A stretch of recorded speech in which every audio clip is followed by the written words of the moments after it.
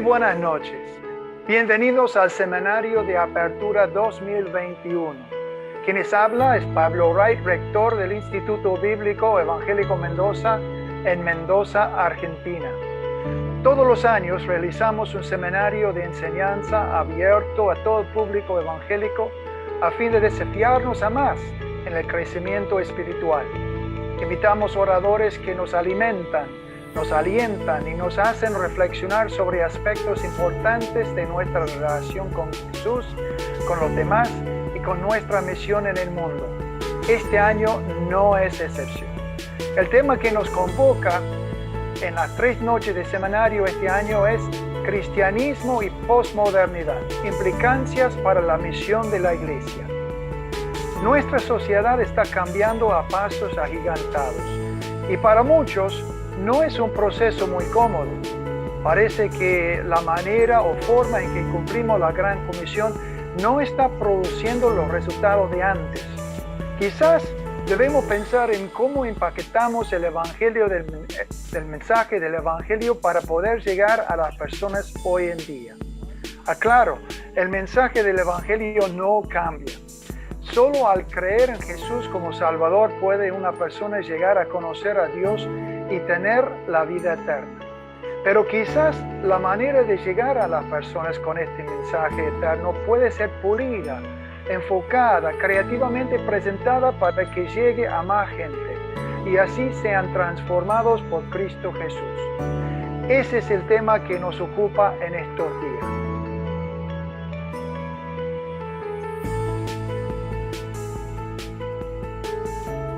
Siendo creyentes como somos de este pleno siglo XXI, para nosotros el desafío es doble, porque no solamente nos toca ya algo muy difícil, que es entender nuestros anteojos, entender la época en la que nosotros estamos viviendo, en un esfuerzo histórico podríamos decir, sino que además de eso tenemos que lograr de alguna manera hacer una aplicación teológica de esa preocupación. Es decir, cómo el tiempo en el que vivimos, ¿sí?, esta posmodernidad, afecta también a nuestra fe. Cómo estamos nosotros reaccionando como discípulos, como discípulas, a tantos conflictos que nos están rodeando, a conceptos, ideologías, formas de entender el mundo que han cambiado rápidamente, y cómo nosotros, siendo la Iglesia de Cristo, podemos abordar y dialogar con este mundo tan complejo sin temores, ¿sí? Los cristianos no somos aliens, los cristianos no vivimos en una experiencia ahistórica. Por el contrario, nosotros también somos seres posmodernos y nos vemos entonces en el desafío y en la necesidad justamente de repensar qué creemos, cómo lo practicamos y poder encontrar algunas herramientas para dar este diálogo cultural y quizás no cometer algunos de los errores que los creyentes han cometido antes de nosotros. Así que, para entender un poquito la magnitud, a qué nos referimos con esta experiencia posmoderna, me gustaría empezar con una comparación. En el año 1580, Michel de Montaigne, un ensayista francés, de hecho es prácticamente el creador del género ensayo, ensayístico, Michel de Montaigne dijo en 1580, nuestro mundo acaba de encontrar otro. Nuestro mundo acaba de encontrar otro. Imagínense 1580, la experiencia de Montaigne, y remontémonos un poquito más atrás, ¿sí? El mundo que vivió el padre de Montaigne, el abuelo, el bisabuelo, el tatarabuelo. Imagínense cómo había sido el mundo unos 100 años antes de Michel de Montaigne, 4 generaciones antes de él. Pensemos en finales de 1400, el siglo XV. Estamos ya en una época en la cual la Edad Media, tal como se había conocido, estaba entrando ya en decadencia. Una época que se llama la Edad Media tardía. Había crecido el descontento hacia la Iglesia y hacia la fe cristiana que había gobernado la Edad Media durante prácticamente 1000 años. Y de pronto, durante el siglo XV y durante parte del siglo XVI, uno tras otro sucedieron un montón de eventos que fueron marcando el reloj de la época. Eventos muy transformadores, y pensemos nomás, por ejemplo, en el descubrimiento de América, pensemos en la Reforma Protestante, pensemos en la invención de la imprenta, pensemos en lo que fue pasar de un sistema geocéntrico, la Tierra en el centro, a un sistema heliocéntrico.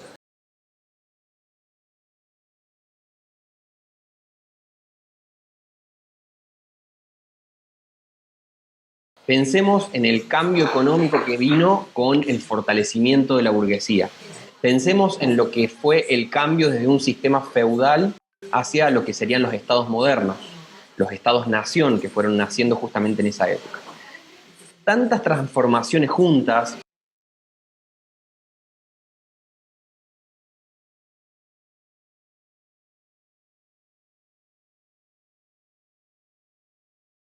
y la llama, es la época de la crisis de la conciencia europea.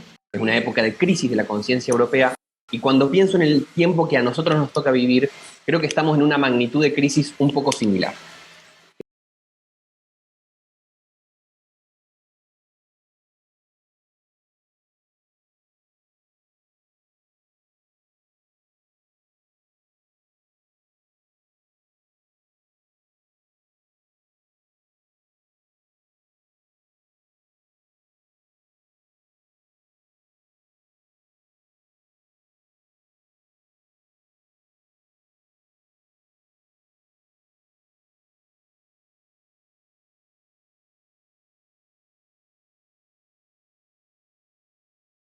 Y el presunto autor del atentado de las Torres Gemelas había muerto. Finalmente lo habían atrapado y lo habían matado. Pensemos en que hace 20 años efectivamente pasó eso. Un 11 de septiembre del 2001 fue el atentado de las Torres Gemelas. Hace 30 años, ¿qué pasó? Un 26 de diciembre del año 1991 se firmó la disolución de la Unión.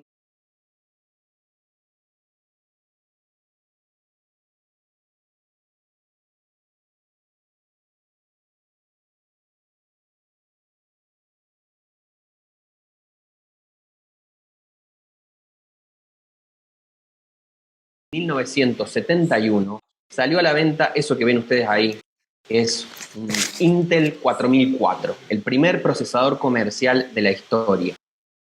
No hubiera dicho que construyó en 1961 el muro de Berlín que intentaba separar las dos Alemanias, la Alemania occidental alineada con Estados Unidos y la Alemania oriental alineada más bien con la Unión Soviética. Hace 70 años, un 29 de diciembre de 1951, Ernesto Che Guevara, junto con su amigo Alberto Granados, emprendieron su primer viaje por Sudamérica, el que quizás muchos hemos conocido por los diarios de motocicleta, la película Diarios de Motocicleta, una experiencia que tendría enormes consecuencias, no solamente para la vida concreta de Guevara, sino también para los procesos de liberación de América Latina y cómo se pensaba la política latinoamericana. Hace 80 años, en 1941, Japón bombardeó la base naval estadounidense de Pearl Harbor. Y eso marcó justamente el momento de inflexión en el cual Estados Unidos oficialmente entró en la Segunda Guerra Mundial. Hace 90 años, un 12 de octubre de 1931, se inauguró en Río de Janeiro esta famosa estatua del Cristo Redentor, el Corcovado. Y hace nada más que 100 años se firmó el tratado que oficialmente le ponía fin a la Primera Guerra Mundial. La Gran Guerra la llamaban en ese momento y no podían saber que un par de años después, 20 años después, estaba por estallar una segunda guerra que iba a ser muchísimo peor. El inmenso cambio que ha atravesado el mundo nuestro en estas últimas décadas parece que cada vez es más rápido. Y si no, piensen en esto, ¿no? Hace 10 años nada más que sucedió esta muerte de Bin Laden, ¿sí? Después de toda una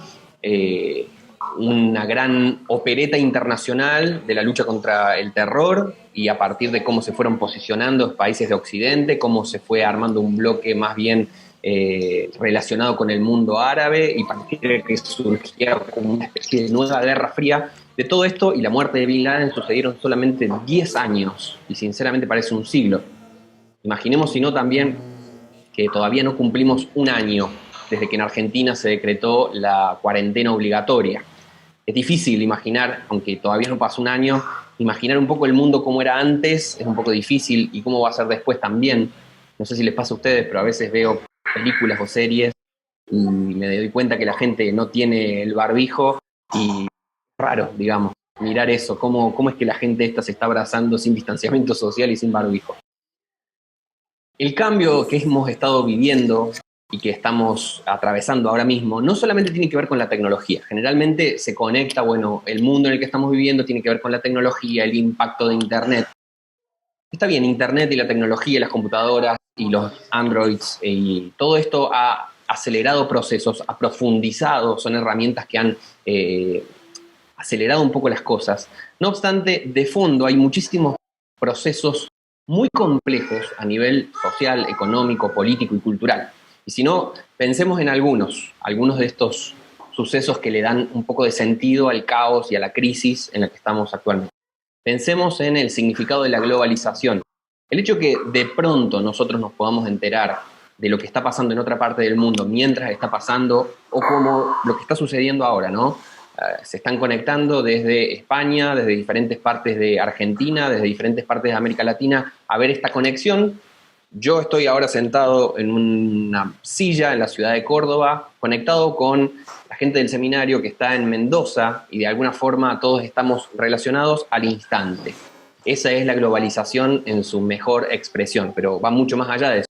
Globalización también es que de pronto toda la música que se hace en todos los países occidentales y buena parte de los países orientales suene bastante parecida.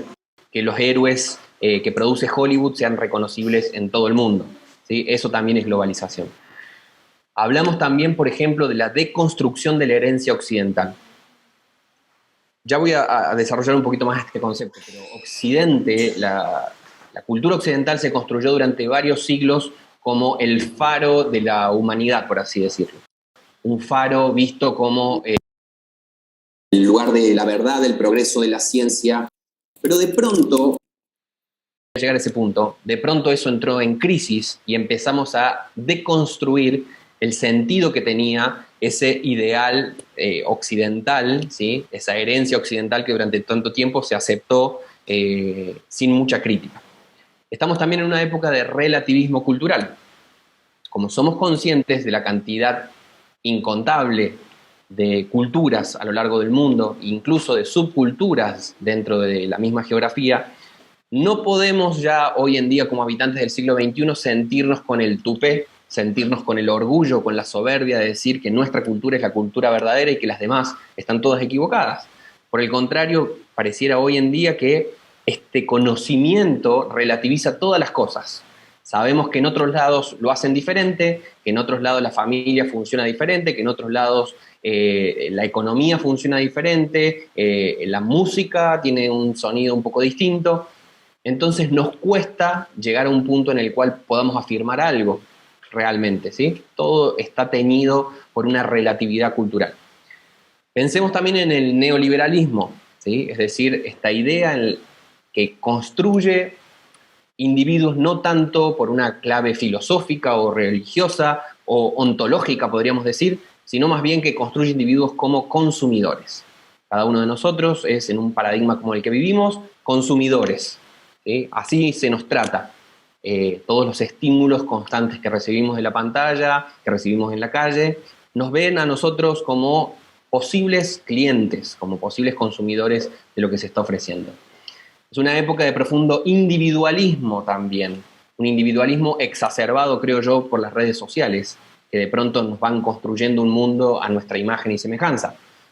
Estamos en una sociedad de consumo también, donde las personas obtenemos nuestro valor según la posición social y el acceso que tenemos a acceder a diferentes elementos de productos de consumo, productos culturales, etc. Estamos en una época en la cual de pronto han implosionado una serie de conflictos que durante mucho tiempo parecía que no existían, o eso se quería hacer creer, ¿no? Como por ejemplo, cómo se tienen que relacionar los sexos, la cuestión del género, ¿sí? De pronto los movimientos feministas, los movimientos LGTBQ, los movimientos y la teoría queer están replanteando que muchas cosas que se habían dado por descontadas, de que así es un ser humano, esto es un varón, esto es una mujer, así funcionan las relaciones de pareja, de pronto eso aprendido y solidificado y casi no cuestionado durante tantos años, empieza a ser cuestionado. Y se cuestiona no solamente un esencialismo, una esencia detrás de esas instituciones o detrás de esas ideas sobre qué es ser varón, qué es ser mujer o sobre el género, sino que también se denuncia una construcción que en realidad no es tan antigua, ¿sí? Sino que se denuncia una construcción de ciertos conceptos, sobre todo desde la segunda mitad del siglo XIX y sobre todo del XX. Hay una explosión también de movimientos sociales, de movimientos políticos que están buscando una expresión y una visibilización en una sociedad que ya está muy fragmentada. No tenemos un bloque social como quizás podía imaginarse en otra época, olvidando por supuesto que quedaban al margen un montón de minorías, ¿sí? Hoy en día esas minorías son visibilizadas y pareciera que forman parte de una serie de fragmentos. Los modelos de familia, los modelos de Estado, la realidad virtual, la clonación, las células madre, todas las formas que existen de explicar las subjetividades. Imagínense todo este cúmulo de cosas sucediendo al mismo tiempo. Un poco, creo yo, como pudo decir antes Michel de Montaigne, nosotros también hemos entrado en contacto con otro mundo y estamos justamente en una bisagra, en un momento de transición. No sabemos muy bien cómo se sale, no sabemos muy bien ni siquiera cómo sentirnos. Muchas veces por momentos nos sentimos de una manera y al rato transicionamos y nos sentimos un poco de otra. Estamos justamente en un momento de bisagra. Estamos en una época de profunda crisis existencial y social por todos lados. Las cosas que quizás sabíamos o dábamos por descontadas, de pronto ya no sirven como tales, o se nos hace notar que pertenecen a otra época. Todo fue pasando muy rápido para nosotros y no sabemos muy bien cómo seguir viviendo en un contexto como este, ¿sí? Nuestro mundo, como el de Michel de Montaigne, también acaba de encontrar otro, y creo que muestra muy bien la historia de Pocahontas, esta cuestión del encuentro de los dos mundos, que es un poco también lo que después vimos en Avatar, la misma historia, ¿no? El cruce de los dos mundos puede llevar una historia de amor, como efectivamente pasa en Pocahontas y en Avatar, o al mismo tiempo, como también pasa en las dos películas, puede llevarnos a algo profundamente caótico y sangriento, ¿sí? Y en esa dicotomía entre la historia de amor y el caos y la sangre es que nos estamos moviendo. Para describir la época en la que estamos se le han puesto varios nombres, muchos nombres. Uno de ellos es el de hipermodernidad, también segunda modernidad. El autor que ha utilizado estos conceptos se llama Gilles Lipovetsky, y Lipovetsky dice que en realidad no estamos hablando de un tiempo diferente, como de una época diferente, sino más bien de una hipermodernidad. Es la misma modernidad de antes, pero está más rápida, digamos, ¿sí? Es como un momento posterior, acelerado, de la misma modernidad de antes. Lo tenemos a Zygmunt Bauman, por ejemplo, que él ha propuesto el concepto de la modernidad líquida. Bauman dice que seguimos viviendo en una modernidad, no obstante, esa modernidad se ha quedado sin sus puntos de apoyo. Todo se ha vuelto bastante pantanoso para nosotros y ya no tenemos esos puntos de referencia que quizás en otro momento había. Y el término que se ha vuelto más común para hablar de todo esto, si bien tiene muchas críticas, ¿sí? Hay muchos autores que dicen que el concepto no es tanto, hay muchos autores incluso que dicen que ya hay que pensar en un tiempo posterior, ¿sí? El concepto este que acuñó Lyotard es el de posmodernidad. Para Lyotard, la época en la que estamos ahora es la que viene después de la modernidad, ¿sí? Está después de la modernidad y como una reacción directa al sentido de la modernidad. Incluso podemos decir nosotros que hay otras formas de nombrar esto, ¿sí? Hay teóricos, por ejemplo, del tercer mundo, que utilizan otras categorías. En el tercer mundo se utilizan categorías, por ejemplo, como decolonialidad o poscolonialidad, porque se acusa que una categoría como modernidad en realidad es muy eurocéntrica. Y lo que se intenta es descentrar un poco ese eurocentrismo utilizando la categoría justamente de colonia, que quizás describa mejor la experiencia de muchos países del tercer mundo. Jean-François Lyotard dice que los grandes relatos de la modernidad ya se han caído. ¿Sí? Los grandes relatos, y con esto se refiere concretamente a estas grandes maneras de explicar el mundo. Es decir, así es un ser humano, esta es la correcta forma de entender la religión, así se tiene que entender el Estado, esta es una economía que funciona. Esos son todos grandes relatos, dice Lyotard, y esta es una época en la cual ya se han caído, ¿sí? No podemos más confiar en la existencia de esos relatos. Y Francis Fukuyama, otro autor, dice que hoy en día hemos alcanzado el fin de la historia. qué paradójico pensar en los tiempos del COVID esta idea del fin de la historia, ¿no? Dice Fukuyama que pareciera que nos vamos acercando a un borde, a un límite, y que en cualquier momento puede pasar algo, que detonemos la capa de ozono, que, no sé, detonemos los cascos polares, o que a alguien se le ocurra mezclar algo de un cerdo con algo de un murciélago y de pronto se viene una pandemia global. Fukuyama dice que estamos en el fin de la historia y que más allá de esto no hay nada. ¿Sí? Es un tiempo que ya no permite grandes ideologías como otra época, y quizás la mayor de las últimas ideologías fue justamente el socialismo, que con la caída del muro de Berlín, de la que hablábamos hace un rato, con la disolución de la URSS, justamente pasó a la historia, ¿sí? El último de los grandes proyectos utópicos de Occidente estaba fracasando, se estaba cayendo. ¿Cómo llegamos nosotros a este punto de terrible frustración? Quizás si tenemos que ponerle palabras a la posmodernidad, podríamos decir que es una época que nos desconcierta, estamos desconcertados, no sabemos cómo tomar esto que estamos viviendo. Y creo yo que para entender la posmodernidad, como para entender muchísimas otras cosas, es muy importante que podamos mirar el pasado. Y quiero justamente llevarnos a reflexionar en esta pequeñísima línea del tiempo para poder explicar los desarrollos que nos traen hasta acá, ¿no? Hablamos de prehistoria como todo aquello que está antes de la invención de la escritura. Porque para que haya historia tiene que haber una memoria de todo eso, tiene que haber un recuerdo, que es el que tenemos justamente mediante la escritura. Después de eso tenemos la Edad Antigua.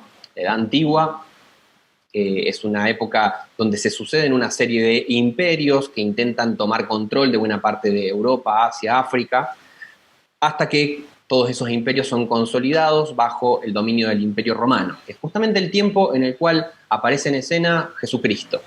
Es la época, una época de consolidación del Imperio Romano, hasta que en el año 476 cae el Imperio Romano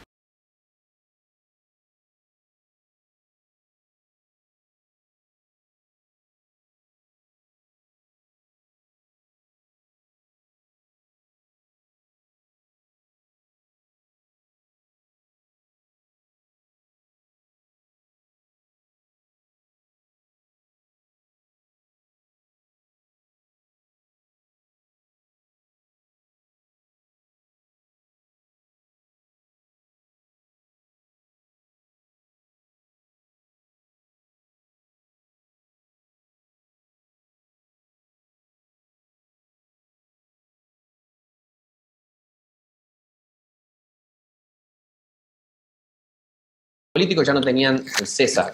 A nivel económico ya no tenían la moneda y el sistema de los caminos romanos que justamente favorecían el comercio. Es una época en la cual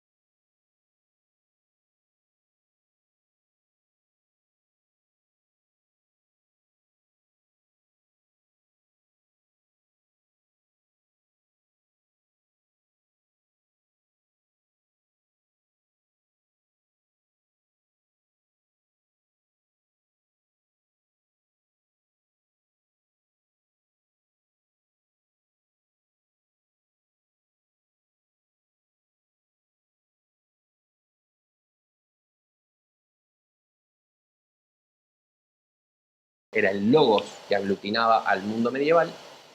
Lo que pasa con la Edad Moderna es que Dios deja de tener ese lugar y pasamos a un momento antropocéntrico.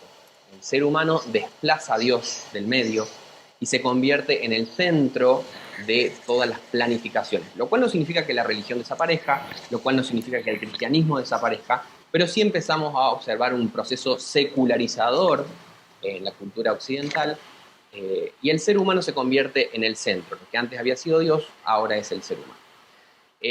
Para entender la posmodernidad es muy importante entender qué es lo que estuvo antes. Si la modernidad responde al mundo medieval, de igual manera la posmodernidad responde al tiempo moderno. Y para entender entonces la posmodernidad tenemos que entender la modernidad, porque la posmodernidad es una crítica del mundo moderno. Me gusta a mí pensar en poder resumir la modernidad a partir de 4 puntos principales. Estos 4 puntos los pienso de la siguiente forma. En primer lugar, la modernidad prometió la libertad para pensar. La modernidad vio el florecimiento del método científico, vio los grandes ideales ilustrados de la época de la ilustración del iluminismo, fue la época de los grandes proyectos de racionalidad.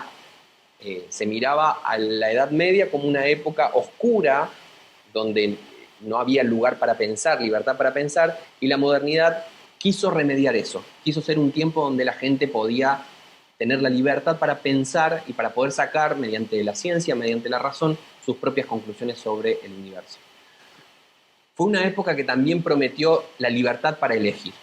Si recordamos la Edad Media, las personas no tenían mucho margen de elección, ¿sí? Pensemos a nivel político, había un emperador que gobernaba sobre grandes porciones de territorio, estaban los señores feudales que se iban pasando el poder de generación en generación, no había mucho margen de libertad para elegir, pero la modernidad intentó remediar eso, y justamente lo que propuso fue el ideal de la democracia, el ideal de la república, es decir, cada persona no es simplemente un número que está sometida a un emperador o a un señor feudal, sino que de pronto cada persona es un ciudadano.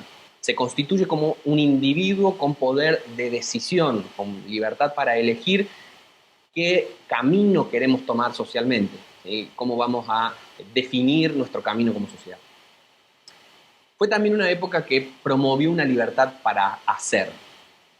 ¿Qué significa esto? Estamos en la transición desde un sistema de organización económica muy ligado a la artesanía, a la servidumbre, al servicio justamente de un señor feudal, y de pronto la modernidad trajo sobre la mesa los burgueses, ¿sí? El capitalismo burgués, mediante el cual unos artesanos empezaron a decir, claro, yo no solamente tengo que hacer lo que este señor necesita, si yo empiezo a comprar y vender, la oferta y la demanda, de pronto yo puedo posicionarme en el mundo diferente, yo puedo sacarle un provecho y cambiar mi posición en el mundo.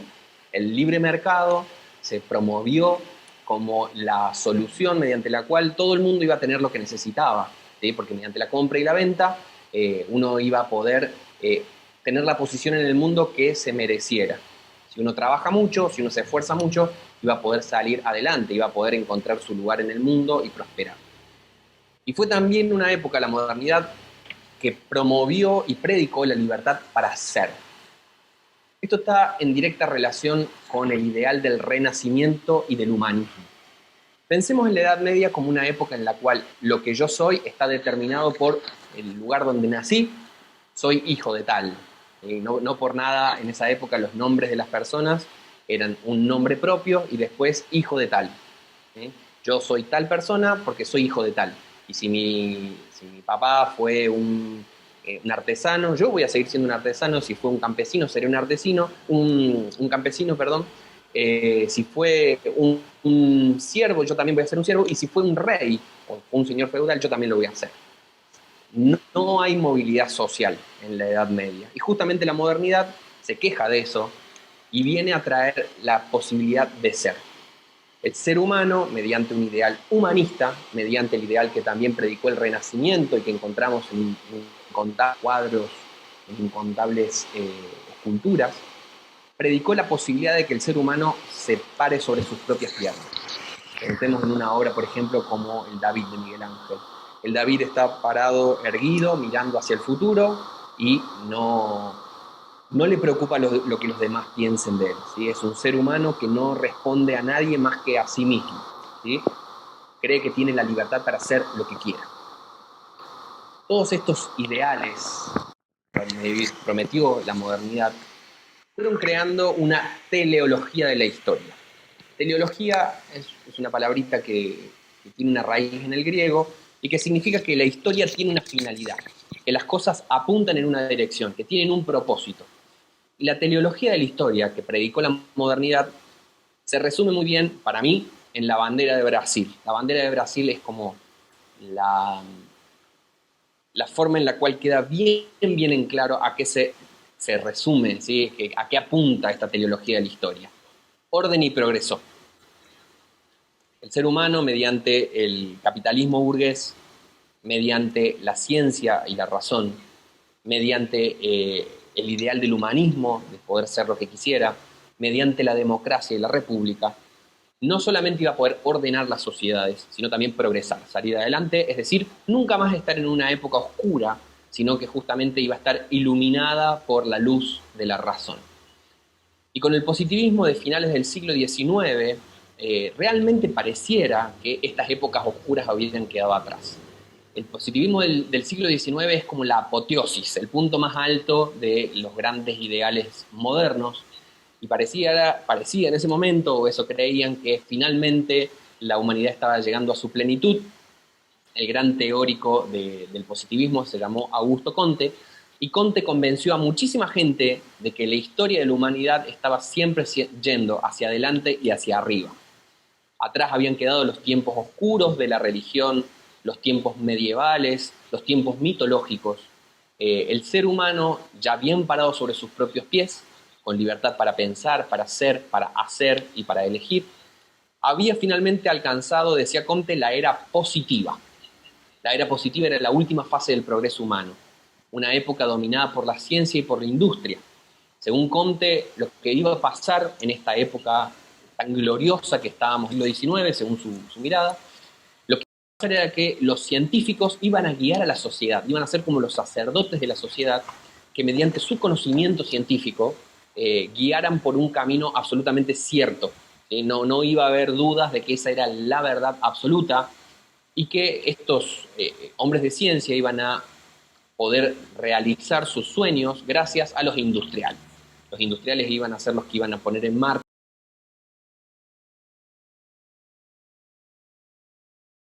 La fe iba a desaparecer, ¿sí? Que la fe no iba a existir más como la habíamos conocido, pero dice, sí iba a existir una nueva religión, que él llamaba la religión de la humanidad. La religión de la humanidad iba a adorar al gran ser, que no iba a ser otra cosa que la humanidad misma. Es decir, la humanidad se iba a adorar a sí misma. Y Comte profetizó lo siguiente. Esta fue su expresión, su forma de decir el tiempo que estaba por empezar. Él decía, el gobierno de la sociedad positiva se ejerce por el gran sacerdote de la humanidad con su corporación de sacerdotes y sabios positivistas. La humanidad venía bien, pero pasaron cosas. Y yo creo que el arte tiene una increíble capacidad de intuición, y que a menudo el arte logra adelantarse a la sociedad en muchos de sus cambios, de sus percepciones, de sus procesos. Y creo que podríamos elegir muchos elementos del arte occidental para plantear esta cuestión de la crisis de la modernidad, de la crisis de la transición de la modernidad a la posmodernidad. Pero a mí me gustaría hacerlo a través de un artista que antes de que se viniera todo el colapso, se dio cuenta un poco de lo que estaba pasando.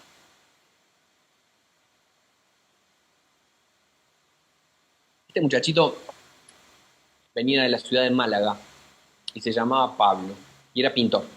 Y cuando tenía 25 años, en esa época estaba viviendo en París y fue a visitar una muestra en el Museo del Louvre, en París, y vio particularmente algo que le llamó mucho la atención, una exposición de arte africano. En esa exposición de arte africano, Pablo descubrió las máscaras mortuorias y rituales africanas, como estas que ustedes están viendo acá.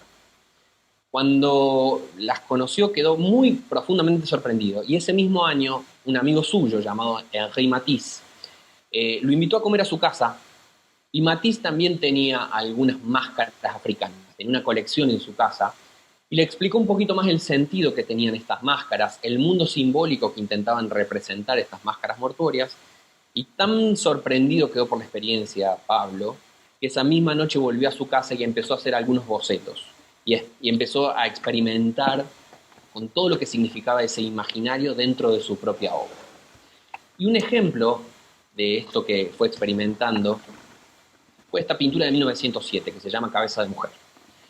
Ese mismo año pintó un cuadro muy importante para entender la evolución de arte del siglo XX. Y Picasso justamente lo llamó Las señoritas de Aviñón. Las señoritas de Aviñón era un retrato de 5 prostitutas de una forma en la cual nunca antes se había intentado retratarlas. Después de haber logrado grandes picos de realismo del arte, ¿sí? Pensemos desde el Renacimiento hasta el siglo XIX y principios del XX, todo lo que fue el gran crecimiento del arte realista, hasta el punto de que prácticamente se confundía con una fotografía, de la calidad del realismo, de pronto Picasso pinta esto. Una de estas mujeres, la de la izquierda, tiene rasgos que asemejan al arte egipcio. Las dos del medio tienen rasgos que se conectan con el arte europeo del medioevo, y las dos de la derecha están intentando replicar los rostros estos que había visto en el Louvre, en las máscaras africanas. Las señoritas de Aviñón es considerada el inicio del arte moderno y de las vanguardias históricas. Es un punto de quiebre en la historia del arte. ¿Y por qué es tan importante este cuadro? Básicamente porque está adelantándonos el espíritu del siglo XX y el espíritu de la posmodernidad. Picasso, en primer lugar, lo que hace con esta obra es iniciar el protocubismo. El protocubismo fue la primera de las vanguardias artísticas. Antes del surrealismo, del dadaísmo, del expresionismo, vino el protocubismo. Fue la primera de todas y desde ya está presentando una crítica brutal de la tradición occidental del arte. En segundo lugar, esta obra quita del lugar a la mirada realista, al deseo de representar fielmente la realidad, podríamos decir. Y Picasso, de hecho, dijo una frase muy sugerente al respecto. Picasso dijo: pinto objetos como los pienso, no como los veo. Fíjense el cambio que está haciendo Picasso, ¿no? Está diciendo que los objetos ya no importan poder nombrarlos como realmente son, como los veo, sino más bien cómo los percibo subjetivamente. Fíjense si ya no está diciéndonos mucho acerca del camino que iba a seguir la cultura occidental posteriormente. En tercer lugar, lo que Picasso está haciendo acá es cambiar el punto de vista único de la pintura europea tradicional. Recuerden la Gioconda, la Mona Lisa. La Mona Lisa tiene un punto de fuga clarísimo. Atrás de esta mujer se ve clarísimo el punto de fuga, ¿sí? Y justamente la gran invención a nivel pictórico del Renacimiento fue el punto de vista. El punto de vista que decía: acá se está parando el pintor y desde este lugar mira el mundo. Picasso dice: no me interesa más. No me interesa más mirar el mundo de una sola manera. Quiero superponer simultáneamente un montón de puntos de vista. No me interesa que ya no se vea coherente. Lo que quiero es intentar mostrar la complejidad de la realidad. Y finalmente, otro punto importante de esta obra es que ya nos muestra el horror en algún punto. Vemos en esta obra claramente lo grotesco, lo exagerado, que Picasso había aprendido de las máscaras mortuorias. Y esto pasó en 1907. ¿Qué se hubiera imaginado Picasso que 7 años después el gran ideal del progreso absoluto de la modernidad iba a caer bajo su propio peso? Porque las grandes potencias europeas, después de hacer una larga carrera armamentística, iban a llevar a la primera de las 2 guerras mundiales. El cubismo llegó a su máxima expresión con el final de la Primera Guerra Mundial y para ese momento ya había quedado muy en claro algo, y es que la realidad había dejado de ser algo coherente, había dejado de ser algo unificado, absoluto, algo que tenía un solo punto de vista. Se ve clarísimo en esta obra de Juan Gris, en esta obra de Picasso, que lo que quería hacer el cubismo era fragmentar la realidad, descomponerla en un montón de partes. Ya no importaba que hubiera un todo, una mirada holística, una mirada integral, una mirada coherente, sino más bien la realización de que el mundo está compuesto por fragmentos, fragmentos que se superponen unos a otros. Y faltaba mucho tiempo, desde estas pinturas hasta que en los años 70 un filósofo dijera que estamos viviendo, como aprendimos hace un rato, en una época donde ya no hay grandes relatos, ya no hay explicaciones integrales del mundo, sino que lo único que nos quedan son los fragmentos, las pequeñas historias. Los artistas de vanguardia, después de Picasso, lograron llevar a la obra de arte ese malestar y ese descontento que sentían por esta modernidad que estaba fracasando. Porque lo cierto es que la promesa del progreso absoluto, el progreso eterno, el ideal positivo del orden y progreso, no se había cumplido como tal. La humanidad tomó bastante conciencia de que no se había cumplido esto cuando sucedió la Segunda Guerra Mundial. La Segunda Guerra Mundial es un momento también bisagra, porque se había dicho que el ideal de la democracia y el capitalismo y la ciencia y el humanismo o el antropocentrismo iban a llevar a la humanidad a un punto más alto, donde no se iba a volver una época oscura. Sin embargo, si algo demostró el Tercer Reich fue la capacidad de utilizar todos esos elementos para crear el horror.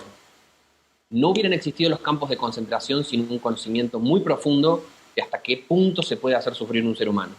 No hubieran existido los campos de concentración si la ciencia no se hubiera puesto a trabajar para hacerlos posible. ¿Sí? Pensemos en el doctor Mengele, por ejemplo, y en todos sus experimentos en los campos de concentración. No hubieran existido los campos de concentración y el exterminio que significó la Segunda Guerra Mundial si Hitler no hubiera llegado al poder por vía democrática también. Estos grandes ideales modernos mostraron su cara macabra, el lado oscuro de la luna, con la Segunda Guerra Mundial. Me gusta algo que dijo Mario Benedetti, gran escritor uruguayo.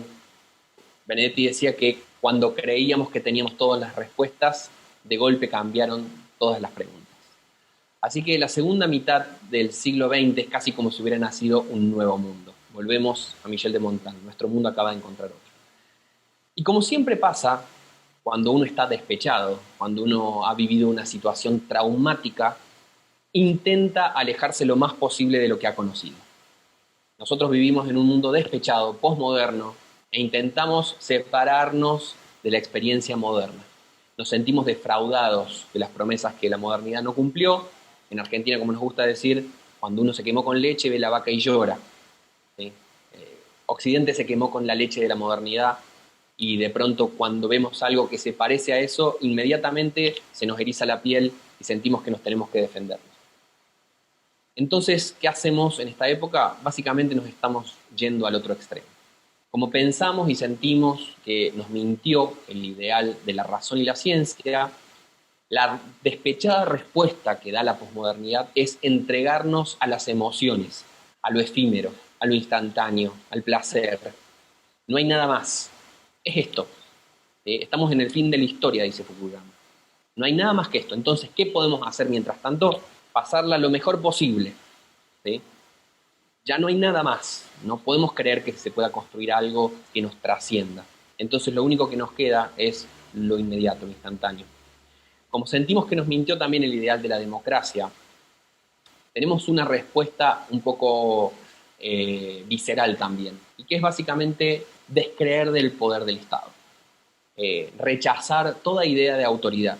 Descreemos del Estado, digamos, como una gran entidad que pueda hacer el bien, y acá en Argentina hemos exportado al mundo esta expresión de que se vayan todos, ¿sí?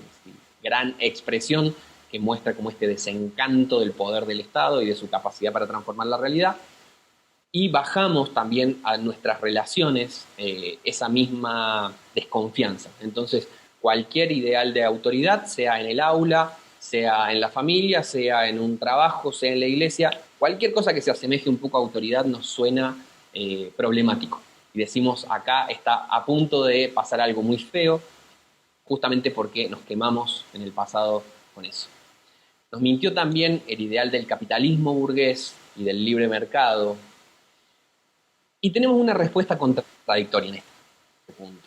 Porque en algún punto defendemos y proclamamos una sociedad de consumo y somos todos seres consumistas, Pero al mismo tiempo criticamos, ¿sí? Criticamos el modelo de consumo, pero parecía que no nos sabemos salir de él. Vivimos en una contradicción de términos. Y finalmente, como nos mintió este ideal antropocéntrico que aprendimos del humanismo y del Renacimiento, nuestra actitud también es un poco paradójica. Descreemos de la humanidad como colectivo, pero creemos profundamente en nosotros mismos y somos muy individualistas. Y de última extendemos esa actitud a los grupos pequeños a nuestro alrededor. ¿Qué nos queda entonces? ¿Sí? Uno se encuentra con todos estos argumentos y pareciera que lo único que nos queda es entregarnos, arrojarnos completamente a el nihilismo más visceral. ¿Qué nos queda entonces si no tan solo lo que pareciera una enorme decepción?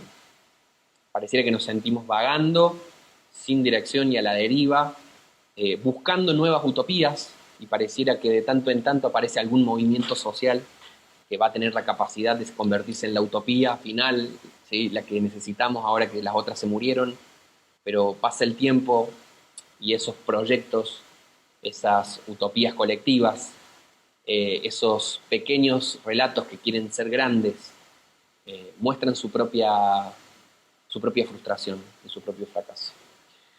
Vamos a encontrar entonces un modo de vivir, un modo de ser en sociedad, o nos vamos a ir fragmentando en un montón de guetos sin comunicación.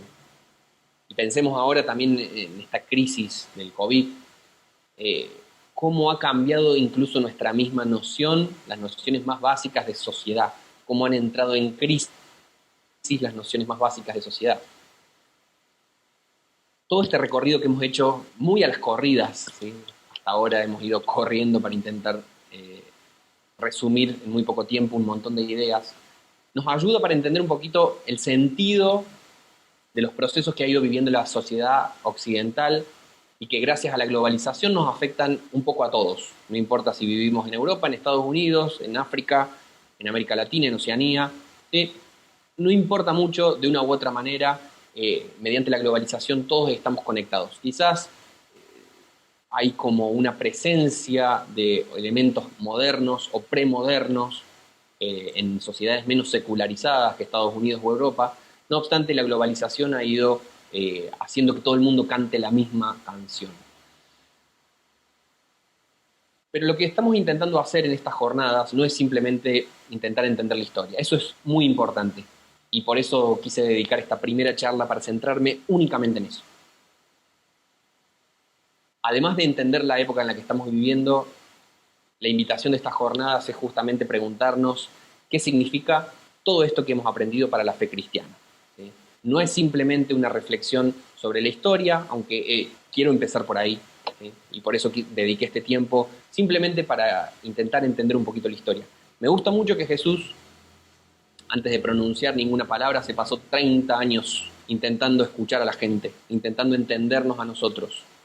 Recién después de haber escuchado muy bien el mundo al que le hablaba, Jesús abre la boca, siendo el Hijo de Dios. ¿Cuánto más nosotros tenemos que tomarnos el tiempo para intentar entender el mundo en el que vivimos? ¿Qué significa entonces todo esto que acabamos de ver para la fe cristiana? Bueno, muchísimas cosas. Y creo que no podemos pensar en ser cristianos, en ser cristianas, sin estar encarnados en nuestra época.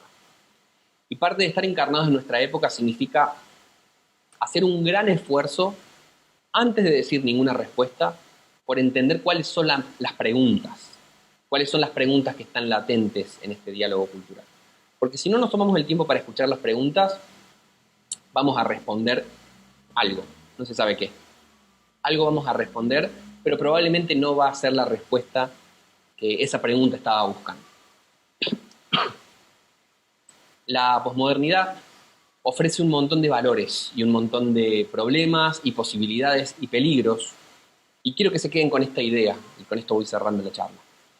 La posmodernidad en ese sentido no es ni buena ni mala.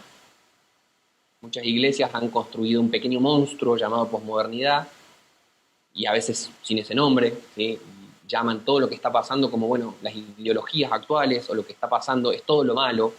Y hay otros grupos que muy acríticamente muchas veces defienden todo lo que está pasando como esto es todo lo que está bien. este es el futuro, y al que no se prenda en todo esto, no está entendiendo por dónde viene la mano. Yo no creo que la posmodernidad sea per se ni buena ni mala, sino que justamente es un tiempo complejo y que como todo tiempo necesitamos hacer el proceso lento y a veces un poco doloroso de entre sacar lo bueno de lo vil. Y vamos a ir sondeando en las próximas charlas justamente a partir de esto. La charla que tuvimos hoy, esta introducción a la experiencia posmoderna, nos pone un poco el telón de fondo de la discusión. Y mañana este telón de fondo nos va a acompañar a un terreno eclesiológico y vamos a enfocarnos en los desafíos de la iglesia hacia adentro, por así decirlo. Y pasado mañana nos vamos a enfocar en un aspecto misionológico y vamos a enfocarnos en la misión hacia afuera, podríamos decir. Les agradezco muchísimo por este tiempo, muchísimas gracias al Instituto Bíblico de Mendoza por esta invitación y por todos los que se han conectado, por esas ganas de aprender que los trajeron hasta acá. Pueden buscarme si quieren en las redes sociales, en YouTube estoy subiendo todas las semanas videos para invitar a la reflexión teológica y también voy compartiendo algunas cosas por Instagram, por Facebook y demás. Si quieren pueden entrar también en la página y ahí descargar algunos textos, tienen música y libros para descargar gratuitamente, incluido justamente un capítulo de Cristianismo y Posmodernidad, La Rebelión de los Santos, que es de donde fui sacando algunas ideas importantes de esta charla. Muchísimas gracias a todos ustedes. Bueno, Lucas, muchísimas gracias. Hay algunas preguntas escritas por ahí en el chat de YouTube. Hemos tenido algunos inconvenientes técnicos, así que les pedimos disculpas. Estamos medio poniéndonos al día un poco con esto, así que nada, gracias por estar y por comprender. Acá hay una pregunta que dice, ¿qué consejos nos darías, además de conocer la historia, para leer adecuadamente los cambios que va experimentando la sociedad?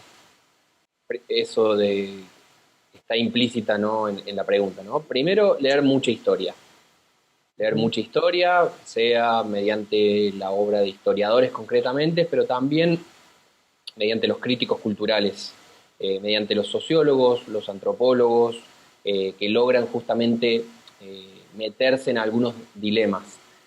En segundo lugar, diría extender esa búsqueda a los espacios del arte. El arte me parece que tiene una capacidad increíble de adelantarse a muchas cosas, adelantarse a expectativas que están latentes, que quizás no se pueden racionalizar, no se pueden poner discursivamente, pero sí ya están latentes, un poco como vimos con Picasso, ¿sí? Picasso se da cuenta de que el mundo se está terminando, el mundo conocido por él, por su padre, por su abuelo, y quizás no sabe hacer un tratado al respecto, pero pinta a las señoritas de Aviñón. Entonces creo que el arte tiene una enorme capacidad de hacer eso, y esto nuevo o actual que leamos también uno viejo, de otra época. Porque si leemos un texto de otra época, dice C.S. Lewis, estamos evitando caer en un esnovismo histórico. Es decir, que como cierta ingenuidad histórica por no tener punto de comparación. Una buena forma de entender las posibilidades, las limitaciones de nuestra época justamente es estar en contacto con otra época, escuchar la sabiduría de otros tiempos, que muchas veces nos resulta extravagante, que muchas veces no lo entendemos del todo. No obstante, nos acomoda un poco las ideas para que no absoluticemos las verdades de nuestro tiempo, para que no absoluticemos el punto actual del conflicto. A ver, si uno entra en el conflicto actual y pareciera que el mundo simplemente es una concatenación de conservadores y progresistas, digamos, y que todo el mundo funciona a partir de la dicotomía entre conservadores y progresistas. No obstante, si uno retrocede un poco en el tiempo, se da cuenta de que hay otros mundos posibles y que parte de la lógica de esta época es crear una dicotomía que favorece la exacerbación, la ira, la irracionalidad. Entonces, esta construcción de polos, lo único que termina haciendo es hacer que las personas perdamos nuestra capacidad crítica y de análisis y nos convirtamos en seres que nos posicionamos de acá y odiamos a los que están en esta otra vereda o viceversa. Si uno leyera lo que anda dando vueltas hoy en día, es muy fácil que se lleve una idea como esa. Pero si uno se retrocede un par de siglos para atrás, se va a dar cuenta de que el mundo puede ser de otras formas también y que podemos encontrar algunas maneras de escapar de estas dicotomías. ¿Crees que es tiempo de recuperar la dimensión comunitaria del ser y hacer iglesia hoy? Quizás vamos a abordar eso un poquito más adelante, pero por ahí si puedes introducir algo. Por ahí que quizás hemos como individualizado mucho nuestra forma de ser iglesia y bueno, y de hacer obviamente. Uh-huh. Bueno, justamente sobre eso voy a hablar mañana, sobre la dimensión comunitaria de la iglesia como una necesidad absoluta, O sea, en pocas palabras, si lo tengo que decir, si no redescubrimos, si no volvemos a visitar, a ser deslumbrados con la dimensión comunitaria de nuestra fe, el cristianismo evangélico, el protestantismo que nosotros conocemos, está como tal en vías de extinción. Digamos. La forma en la cual funciona mucho de la arquitectura, digamos, el armamento cristiano del mundo, en un mundo como el que vivimos, no se soporta, porque está construido a partir de categorías modernas. O sea, en pocas palabras, la Reforma Protestante nace en una época intrínsecamente moderna, ¿sí? Justamente nace en el cambio hacia la modernidad, y la estructura que la Iglesia evangélica descendiente de la Reforma ha heredado es una forma muy moderna, que en una época posmoderna naufraga. Entonces creo que parte de encontrar las formas que históricamente pueden dialogar mejor con la cultura, creo que una de esas cosas tiene que ver con descubrir el aspecto comunitario de nuestra fe y que como añadidura, y eso es muy hermoso, no solamente nos ayuda a dialogar mejor con nuestra época, sino que también nos conecta mejor con el testimonio de los primeros siglos de la Iglesia. Y que eso me parece un plus fundamental. La experiencia que nosotros hemos recibido de una espiritualidad individual tiene mucho más que ver con un sentido moderno, con un sentido secularizado, que con el sentido que nosotros leemos en las Escrituras y cuál fue también el corazón de los reformadores. Entonces me parece fundamental este redescubrimiento del aspecto comunitario y justamente de eso quiero hablar mañana. Puede ser, respecto quizá un poco de lo que estabas diciendo ahora, una pregunta acá dice, ¿puede haber personas con una cosmovisión premoderna simultáneamente con las modernas y las posmodernas? Es decir, que coexistan las tres juntas, quizás en las estructuras sociales o en la misma estructura de la iglesia.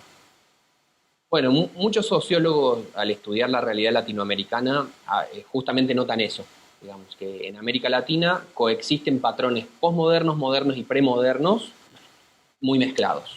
Digamos, la situación de la posmodernidad periférica latinoamericana no es la misma de la posmodernidad clásica, podríamos decir, europea, digamos, una posmodernidad absolutamente secularizada, post-cristiana. En América Latina tenemos todo, ¿no? Tenemos instintos súper post-cristianos, súper secularistas, súper laicistas, hasta el punto de algunos absurdos incluso, digamos, completamente postmodernos como tales. Y al mismo tiempo eso está muy mezclado con estructuras y patrones caudillistas muy modernos. Y al mismo tiempo coexiste con una religiosidad mágica por momentos que tiene más que ver con aspectos premodernos. Entonces, sí, efectivamente, la posmodernidad que nosotros experimentamos en América Latina no es la misma de Europa, no es la misma de Estados Unidos, es una posmodernidad muy particular, periférica podríamos decir, donde los rasgos coloniales han heredado un montón de prácticas, justamente que son estas categorías modernas y premodernas que coexisten. Eso obviamente complejiza las cosas.